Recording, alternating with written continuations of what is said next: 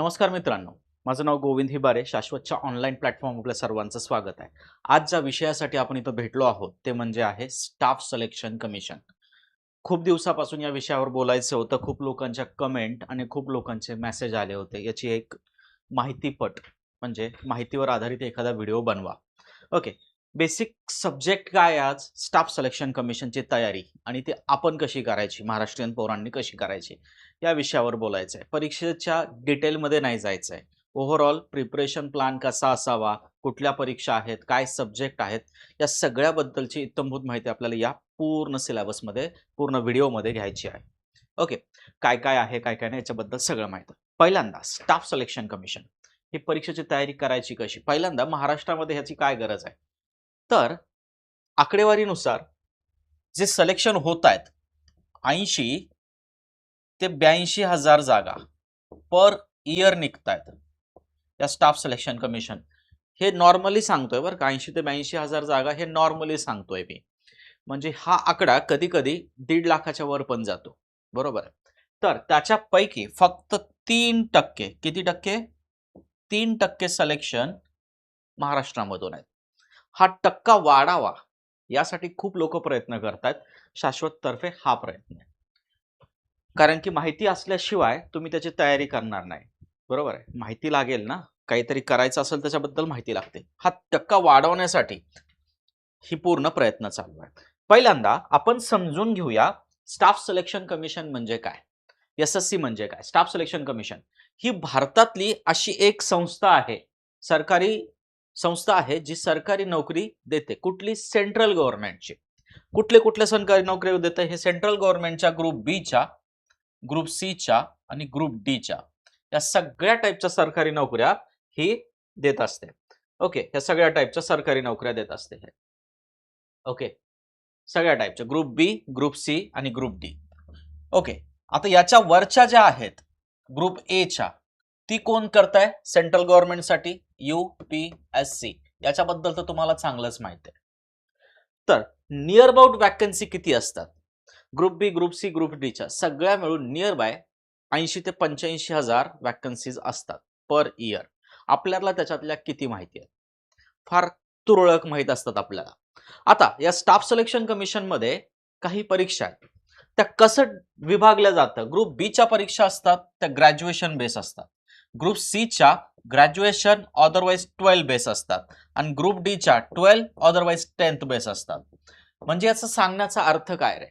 तुमची 10वी जरी झालेली असली तरी तुम्हाला गव्हर्नमेंट जॉब करता येतो जर तुमचं वय बसत असेल तर. 12वी जरी झाली असली तरी तुम्हाला गव्हर्नमेंट जॉब साठीच्या संधी आहेत आणि ग्रॅज्युएशन साठी तर आहेच. म्हणजे असं आहे का रे फक्त 10वी वालाच 10वीची परीक्षा देऊ शकतो? नाही.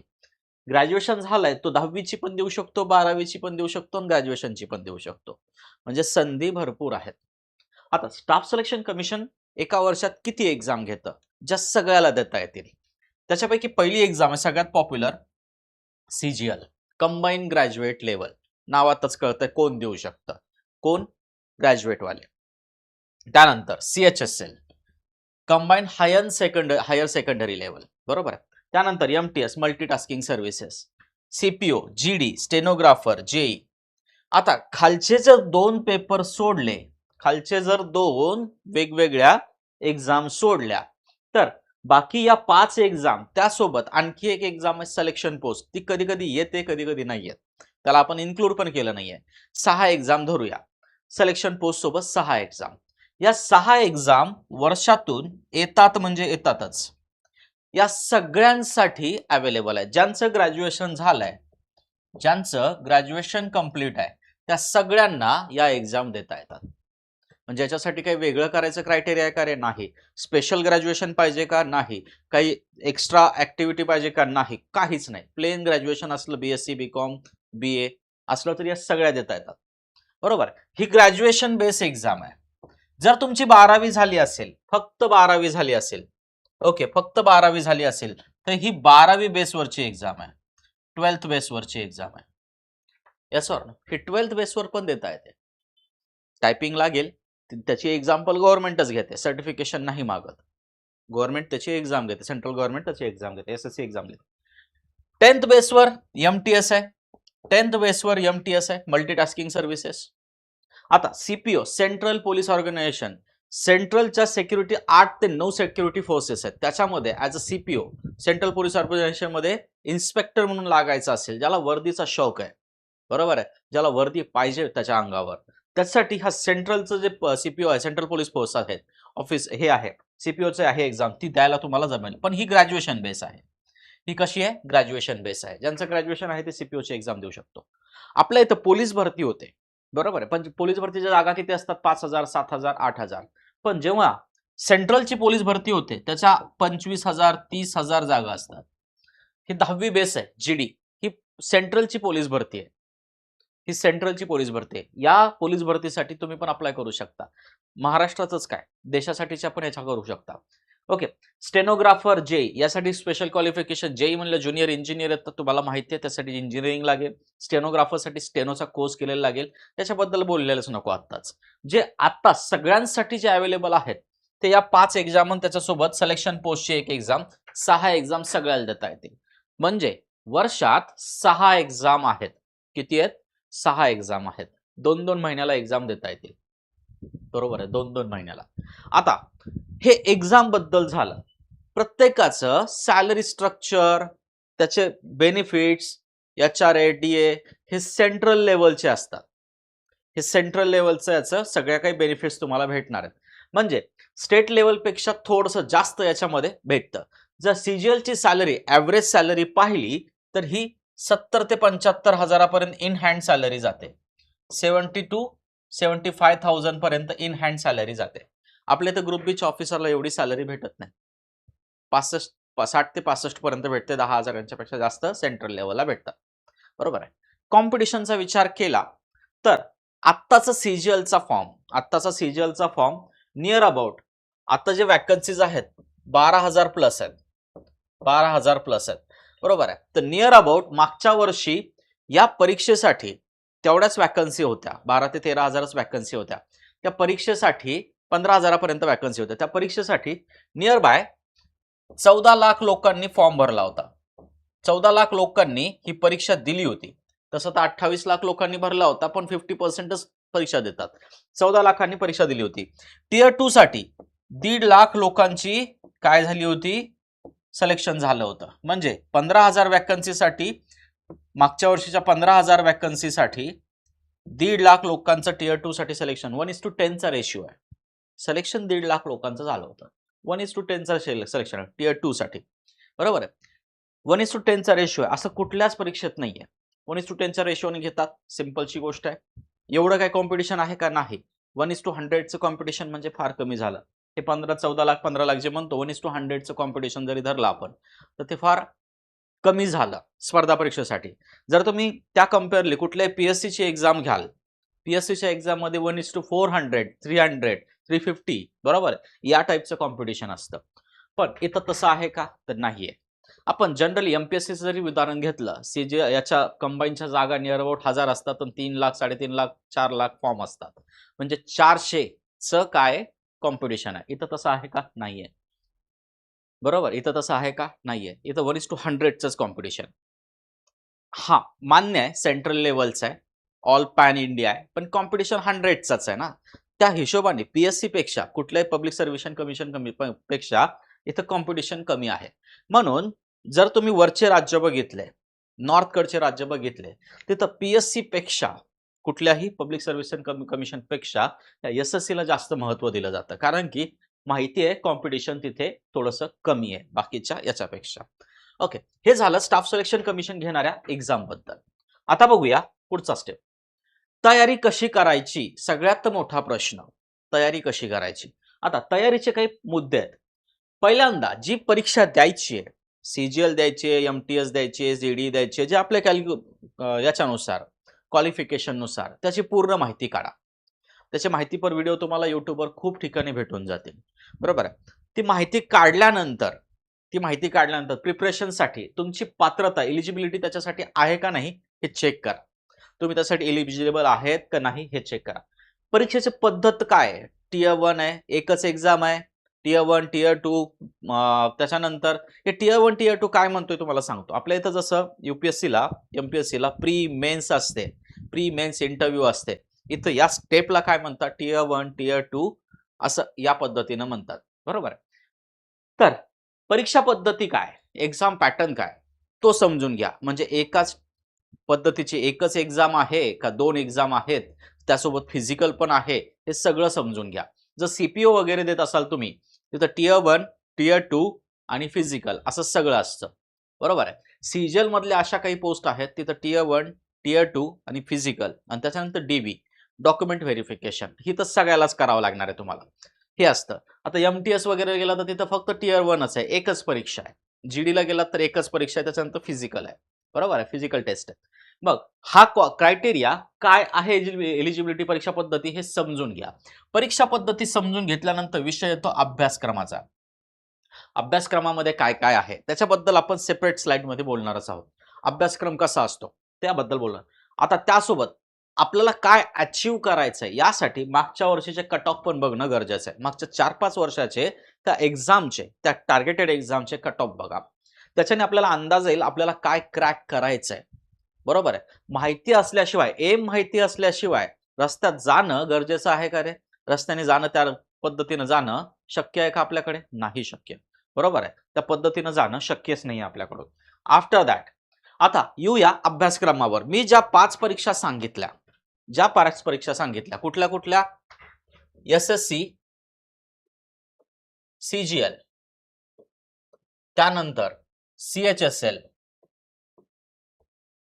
त्यानंतर सीपीओ, जीडी आणि एमटीएस, त्यानंतर सिलेक्शन पोस्ट. या सही एक्झामला हे 4 सब्जेक्ट मेन सब्जेक्ट म्हणून आहेत. हे 4 सब्जेक्टच आहेत असं म्हणलं तरी चालेल. काही क्वालिफिकेशन सीजीएल मध्ये जर बदलले तर हे 4च सब्जेक्ट मेन आहेत. आता सब्जेक्ट काय काय याच्याबद्दल थोडंसं डिटेलमध्ये माहिती घेऊया. पहिला सब्जेक्ट आहे गणित, क्वांटिटेटिव्ह ऍप्टिट्यूड. याच्यामध्ये 2 पार्ट पडतात, अरिथमॅटिक आणि ऍडव्हान्स. अरिथमॅटिक मध्ये जे आतापर्यंत आपण 1ली ते 10वी पर्यंत मॅथ शिकत आलेलो आहोत तेच मॅथ आहे. बरोबर, तेच मॅथ आहे. आणि 9वीचं 7वीचं आणि 9वीचं जे अरिथमॅटिक ऍडव्हान्स मॅथचा पार्ट आहे, ट्रिगोनॉमेट्री, त्रिकोणमिती, बरोबर आहे, अल्जेब्रा, बीजगणित, हा पार्ट याच्यामध्ये मोडला जातो, ऍडव्हान्स मॅथ मध्ये मोडला जातो. तो थोडासा पार्ट आहे याच्यामध्ये. या 2 पार्ट मध्ये गणित हा सब्जेक्ट आपण 10वी पर्यंत व्यवस्थित शिकलेलो आहोत, तोच सब्जेक्ट आहे तिथे. बरोबर आहे. वेगळं काही करायचं का त्यासाठी नाही. ज्यांचं स्कूलिंग थोडंसं चांगलं झालेलं आहे, गणित थोडंसं चांगलं आहे, नसलं तरी चालतंय. बरोबर आहे, नसलं तरी चालतंय. एकच सब्जेक्ट आहे का? नाहीये. 4 सब्जेक्ट आहे ना, एक सब्जेक्टला दुसरा सब्जेक्ट कव्हर करू शकतो. असं काही सेक्शनल कट ऑफ आहे का इथं बँकिंग सारखं? तर नाहीये. सेक्शनल कट ऑफ नावाची गोष्ट नाहीये. तुम्हाला काय करायचंय? फक्त पास व्हायचंय. फक्त ओव्हरऑल कट ऑफ क्लिअर करायचा आहे. सेक्शनल कट ऑफचं काही भानगड आहे का? नाही. सेक्शनल टायमिंग आहे परीक्षेमध्ये काही, पण सेक्शनल कट ऑफ नाही. गणित आहे. हे जर गणित तुम्ही जर 1ली ते 10वी पर्यंतचं गणित तुमचं थोडंसं व्यवस्थित असेल, तुम्हाला गुणाकार, भागाकार, बेरीज, वजाबाकी या गोष्टी व्यवस्थित जमत असतील, तर इथं घाबरायचं कारण आहे का? नाही. बुद्धिमत्ता चाचणी, तुम्ही स्कॉलरशिप प्रोग्राम मध्ये या सब्जेक्ट सोबत भेटलेला आहात. तसं सगळ्यात सिंपल सब्जेक्ट आहे समजून घ्यायला आणि समजायला. बरोबर आहे. समजून घ्यायला समजायला सगळ्यात सोपा सब्जेक्ट आहे. तो सब्जेक्ट इथं 25% वेटेज धरतोय. त्यानंतर आपण जी बोली भाषा आहे, का बरं इंग्रजी असावी? तर सेंट्रल लेवलचं कामकाज एक तर हिंदीमध्ये चालतं, अदरवाईज इंग्लिशमध्ये चालतं. त्याच्यामुळे इंग्लिश इथं कंपल्सरी आहे. बरोबर आहे, इंग्लिश इथं कंपल्सरी आहे. हे पण 25% वेटेज इथं कॅरी करत आहे. आणि त्यानंतर ज्या देशाचा कारभार आपल्याला त्या ऑफिसमधून पाहायचा आहे, बरोबर आहे, त्या देशाबद्दलचं ज्ञान असावं. त्याच्यामुळे हे सामान्य ज्ञान आहे. त्याच्यामुळे इथं सामान्य ज्ञानचं इन्क्लूड केलेलं आहे, सामान्य ज्ञान इन्क्लूड केलं आहे. हे 4च सब्जेक्ट 25% वेटेज खालीवर थोड्याशा प्रमाणात काय करतात, प्लस मायनस मध्ये कॅरी करतात. म्हणजे करायचे सब्जेक्ट किती आहेत? फक्त 4. बाकीच्या एक्झामला जर बघितलं तुम्ही तर 8 ते 9 सब्जेक्ट आहेत. 8 ते 9 सब्जेक्ट आहेत. त्याच्यापैकी पण तुम्ही गणित तिथं करताच आहेत, बुद्धिमत्ता करताच आहेत, इंग्रजी करताच आहेत आणि सामान्य ज्ञान पण करताच आहेत. बरं, इथं वेटेज तुम्हाला जे प्रिसाइज टॉपिक माहिती आहेत गणिताचे टॉपिक किती येतात? 25 ते 27 टॉपिक येतात. याच्या बाहेरचा एक्झाम्पल येणार आहे का रे? नाही. रिझनिंगचे किती टॉपिक येतात? 22 ते 23 टॉपिक येतात. 22 ते 23 टॉपिक येतात. याच्या बाहेरचं एक्झाम्पल येणार आहे का? नाही. हे प्रिसाइज आहे, माहिती आहे, याच्या बाहेरचं काहीच येणार नाहीये. पण जेव्हा आपण जीएस ओरिएंटेड एक्झामला जातो, तिथे याचं काही कन्फर्मेशन आहे का? नाहीये. हिस्ट्री मधला कुठला क्वेश्चन येईल ते माहित नाहीये. इथं लिमिटेड सिलेबसमध्ये सामान्य ज्ञान टाकलेलं आहे. जनरल अवेअरनेस आहे, जनरल स्टडीज नाहीये. बरोबर आहे. जनरल अवेअरनेस आहे, वरवरची माहिती आहे, स्टॅटिक जीके ज्याला म्हणतो, तो पार्ट इथं मोठ्या प्रमाणात असतो. बरोबर आहे. मग हा पार्ट इथं काय केलेला आहे? थोडासा कमी वेटेजला ठेवलेला आहे. त्यानंतर बुद्धिमत्ता चाचणी 22 ते इंग्रजीमध्ये 3 सेक्शन येतात. व्होकॅब, ग्रामर आणि कॉम्प्रिहेन्शन. व्होकॅब जशी सगळ्याची स्थिती आहे तशी आपली स्थिती आहे. ग्रामरला आपण महाराष्ट्रीयन लोक बाकीच्या राज्यापेक्षा थोडेसे पुढे आहोत. आपलं इंग्लिश बाकीच्या राज्यांपेक्षा खरंच चांगलं आहे. बरोबर आहे. आणि त्यानंतर कॉम्प्रिहेन्शन, अंडरस्टँडिंग पर्पज साठी कॉम्प्रिहेन्शन शिकायचं. या 3च पार्ट मध्ये इंग्लिश मोडलं जातं. या 3 व्यतिरिक्त काही येणार आहे का रे? नाही. आपलं इंग्लिश त्याबाबत चांगलं आहे. जे स्पर्धा परीक्षा करतायत महाराष्ट्रामध्ये त्यांचं इंग्लिश आणि गणित थोडंसं व्यवस्थित आहे. बरोबर आहे. त्यासोबत रिझनिंगचा थोडासा अभ्यास करावा लागेल आणि जीएचं तर आपण मास्टर आहोत. बरोबर आहे. जनरल अवेअरनेस साठी आपण जो बाकीच्या एक्झामला प्रिपरेशन करतोय त्याच्या हिशोबाने हे तर चिल्लर आहे आपल्यासाठी. बरोबर आहे. जेवढं प्रिपरेशन तुम्ही बाकीच्या एक्झामसाठी करताय तर त्याच्या हिशोबाने हे काहीच नाही आहे एवढं. बरोबर. जेची तयारी करायची कशी याच्याबद्दलचा स्पेशल व्हिडिओ अभिजित सर करणारच आहे.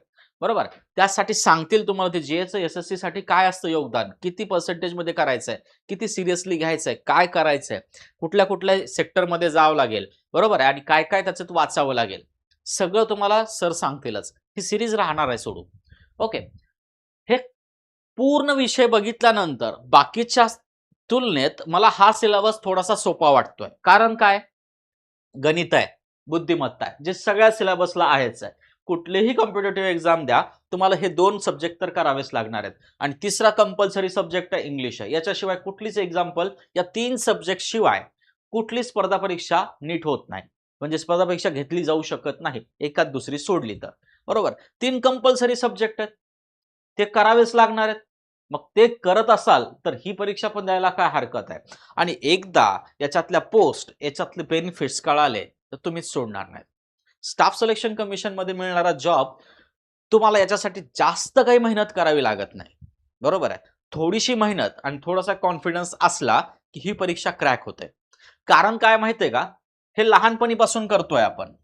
याच्यासाठी पासून लहानपणीपासून आपल्या शाळेतल्या टीचर पासून सगळ्यांनी आपल्याला तयार केलंय. फोबिया आहे थोडासा, पण तयार झालेलो आहोत आपण. बुद्धिमत्तेचं एवढं काही टेन्शन नाही. राहिला सामान्य ज्ञानचा विषय, तो आपण करताना करताना होऊनच जाईल. बरोबर आहे. म्हणजे 4 सब्जेक्टला हँडल करणं हे सोपं जातं बाकीच्या 9-9, 10-10 सब्जेक्टला हँडल करण्यापेक्षा. ओके. हा पहिला पॉइंट.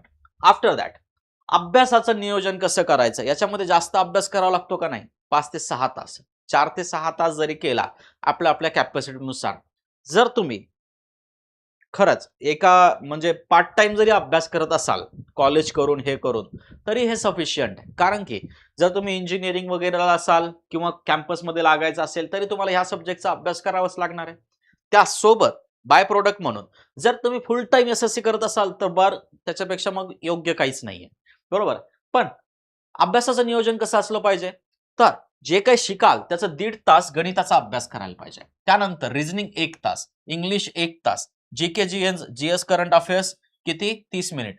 आणि त्याचं रिव्हिजन, जो टॉपिक शिकवला जाईल त्याचं रिव्हिजन करणं, जो टॉपिक शिकलाय त्याचं रिव्हिजन पीवायक्यू न करणं हे गरजेचं असतं.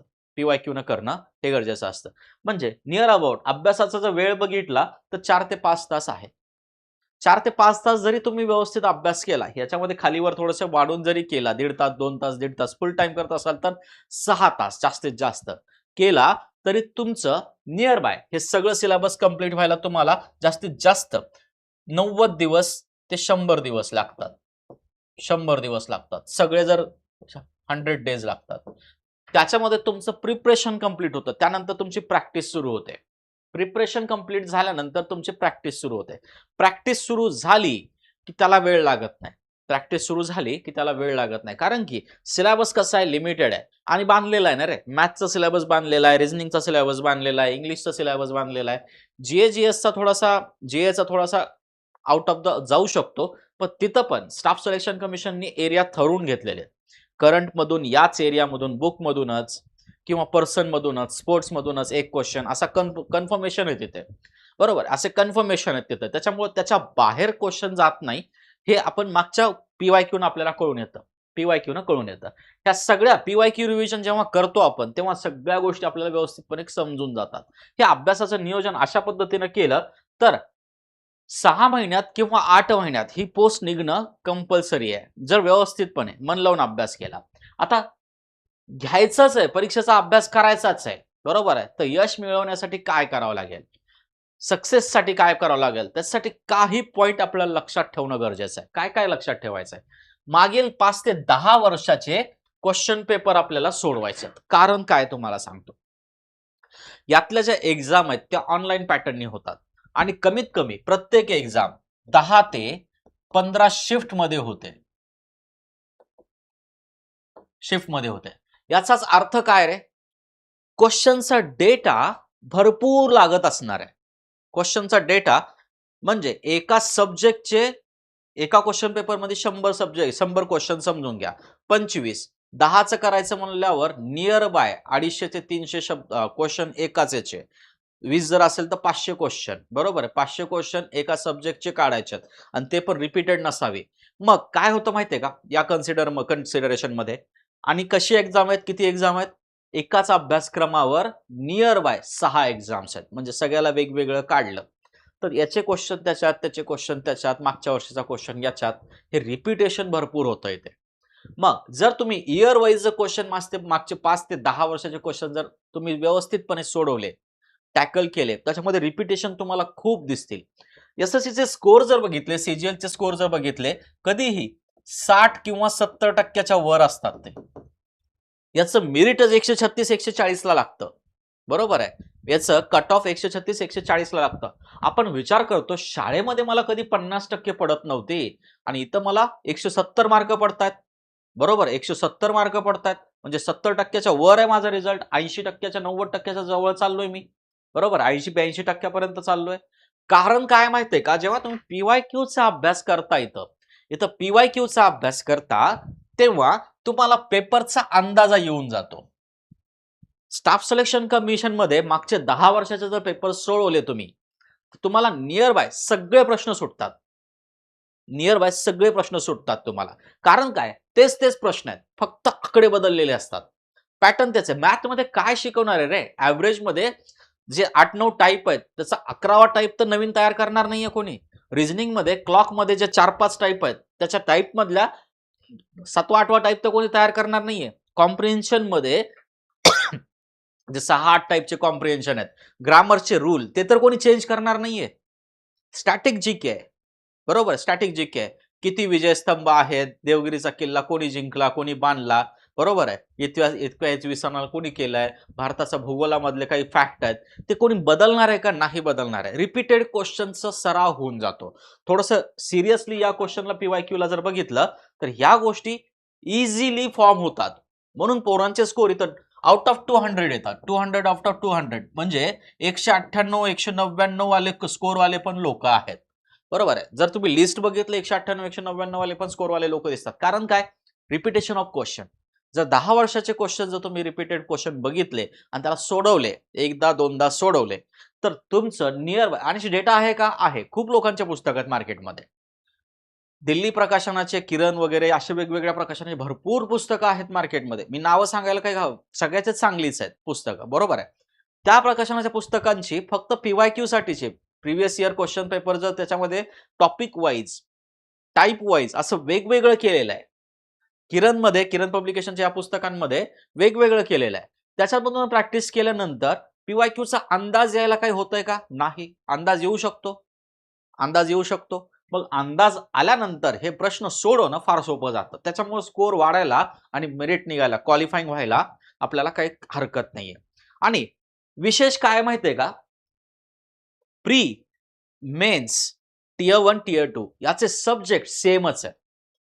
फक्त काय डिफिकल्टी लेवलमध्ये थोडंसं काय बदल आहे. म्हणजे आपल्याला टियर 1 ला पण मॅथ करायचं आहे, टियर 2 ला पण करायचं आहे. टियर 1 ला बुद्धिमत्ता, इंग्लिश, जीए करायचं आहे आणि टियर 2 ला पण तेच सब्जेक्ट करायचे आहेत. म्हणजे अभ्यास एकदाच आहे. दोनदा आहे का? नाही. वेगळे सब्जेक्ट आहे का? नाही. काही ॲडिशनल आहे का? नाही. सेम आहे. सेम आहे. एकदा शिकलं की दोनदा त्याचं रिव्हिजन करायच्यात. नंतर मॉक टेस्ट आहेत, पीवायक्यू आहेत, मॉक टेस्ट आहेत, पीवायक्यू आहेत. बरोबर आहे. या सगळ्या गोष्टी आहेत. पॅटर्न समजून जाईल तुम्हाला या पीवायक्यू कन्सर्नने. त्या टॉपिक आता आफ्टर दॅट मी म्हणलो ना स्कोर का बरं वाढतो? त्याच्यामधले आपल्याला आता समजा मागच्या 2 वर्षामध्ये एखादा टॉपिक वगळलाच आहे.